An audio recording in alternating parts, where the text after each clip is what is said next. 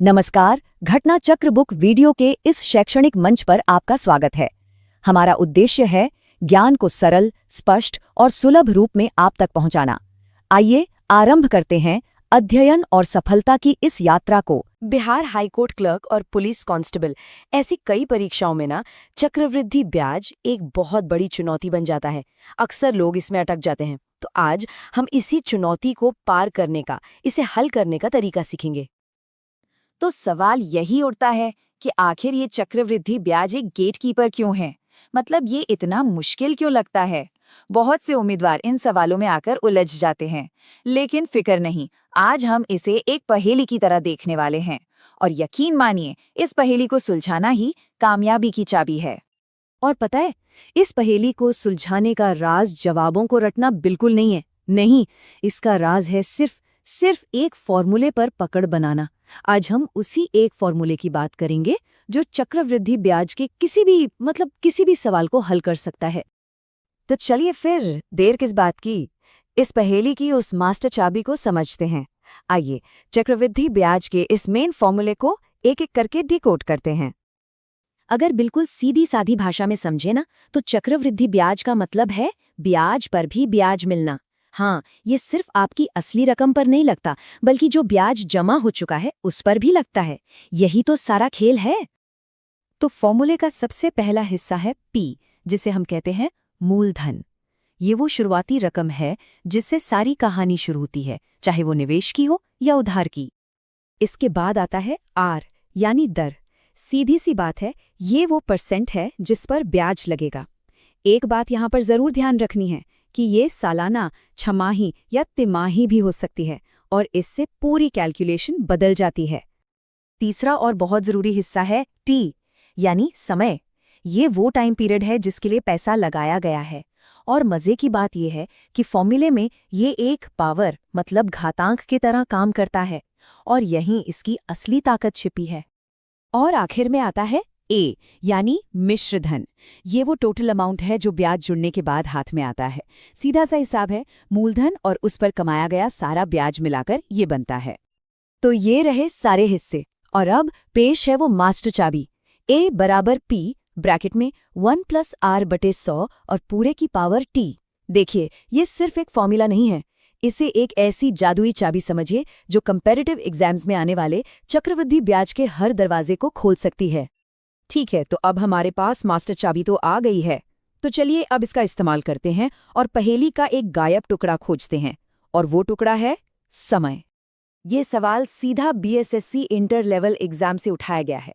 सवाल क्या है कि कितने सालों में 10,000 रुपये 10% की सालाना दर से बढ़कर 14,641 रुपये हो जाएंगे। देखिए, इस तरह का कोई भी सवाल हो, उसे हल करने का एक सिंपल सा 3 स्टेप का तरीका है। पहला, सवाल में क्या क्या दिया है उसे पहचानिए। दूसरा, क्या ढूंढना है उसे पहचानिए। और तीसरा, बस अपनी मास्टर चाबी का इस्तेमाल कर दीजिए। तो यहाँ अगर हम देखें तो हमारे पास ए यानी मिश्रधन है, पी यानी मूलधन है, और आर यानी दर भी है। गायब क्या है? सिर्फ टी यानी समय। जब हम जानकारी को ऐसे टेबल में जमा लेते ना, तो सवाल एकदम साफ और आसान लगने लगता है। तो जब हम इन सभी वैल्यूज को फॉर्मूले में फिट करते हैं और इक्वेशन को सॉल्व करते हैं, तो हमारे पास आता है कि 1.1 की पावर t बराबर है 1.4641 के। अब बस यहीं से हमें t की वैल्यू मिल जाती है, जो कि है 4। तो इसका सही जवाब हुआ 4 साल। चलिए अब एक अलग तरह की पहेली देखते हैं। इस बार पहेली का गायब टुकड़ा समय नहीं बल्कि मूलधन है, यानी वो शुरुआती रकम। इससे ये भी साफ हो जाएगा कि हमारा ये एक फॉर्मूला कितने काम का है। ये सवाल लिया गया है बीएसएससी प्रोडक्ट इंस्पेक्टर एग्जाम से। इसमें देखिए छेल थोड़ा अलग है। इस बार हमें ब्याज की रकम दे दी गई है और पूछा गया है कि वो कौन सी रकम थी जिस पर यह ब्याज मिला। यहाँ एक बहुत जरूरी बात पर ध्यान देना है। हमें टोटल अमाउंट यानी ए नहीं दिया है, हमें सिर्फ ब्याज यानी सीआई दिया है। लेकिन हम जानते हैं कि सीआई बराबर होता है ए माइनस पी के। बस इसी छोटे से कनेक्शन का इस्तेमाल करके हम पी की वैल्यू निकाल लेंगे। तो फॉर्मूले को थोड़ा घुमा फिरा कर मतलब रीअरेंज करके और दी गई वैल्यूज को रख कर जब हम सॉल्व करते हैं तो मूलधन निकल कर आता है 2,000 रुपए। देखा, एक ही चाबी से कैसे अलग अलग ताले खुल रहे हैं। चलिए अब कहानी में एक ट्विस्ट लाते हैं, एक ऐसा ट्विस्ट जो एग्जाम्स में अक्सर देखने को मिलता है। ये वो सवाल है जो साधारण ब्याज और चक्रवृद्धि ब्याज के बीच के फर्क पर टिके होते हैं। तो इन दोनों में मोटा मोटा फर्क क्या है?